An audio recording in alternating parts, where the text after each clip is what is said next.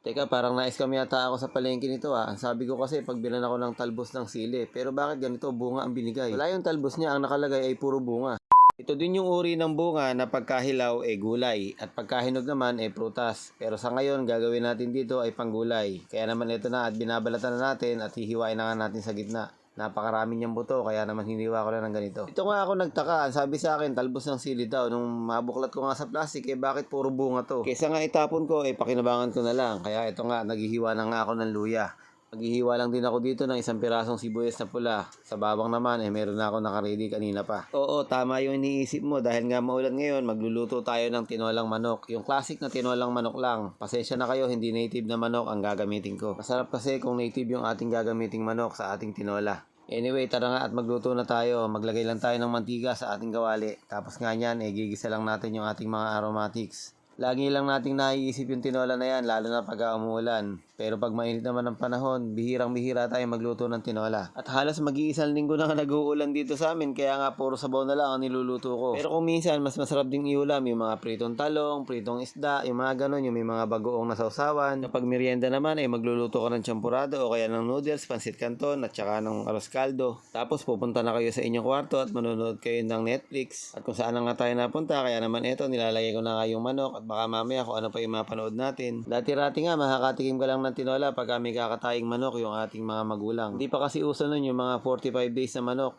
Dati nga kailangan mo pang manghuli ng manok na tutugisin mo pa sa bakuran bago mahuli. O kaya naman aabangan mo na humapon sa kanyang hapunan, pagkahapon na saka mo lang dadakmain. Bukas mo pa nga maluluto, samantala ngayon pupunta ka lang sa tindahan o sa palengke, may mga katay na manok na nabibili. Yun nga lang, hindi kasi sarap ng native na manok itong ating mga nabibiling broiler na manok. Kaya ayun, medyo matabang na yung karne niya dahil nga sisiw pa lang, isipin mo nga 30 days pa lang yan mahigit o 45 days. So natimplahan ko na nga ng ating mga panimpla yung ating manok at tapos nga ito nga yung pinitas kong sili kanina dun sa dahon ng mga nabili ko sa palengke.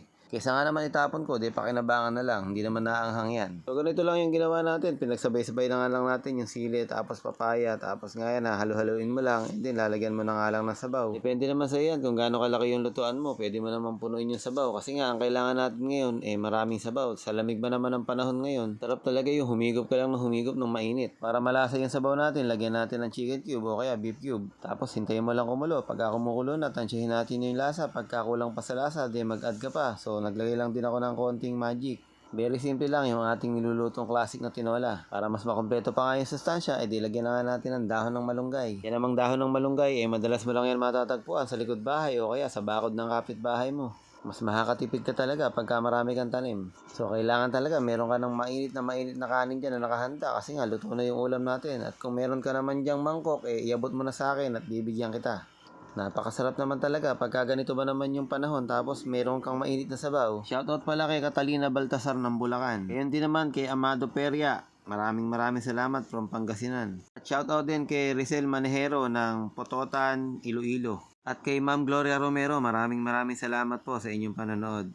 Para naman sa ating mga nanonood, baka naman pwedeng pakishare mo naman itong video natin. I-like mo na rin at comment na rin kung taga saan ka para naman alam ko kung saan nakarating yung ating video. Maraming salamat and I love you all.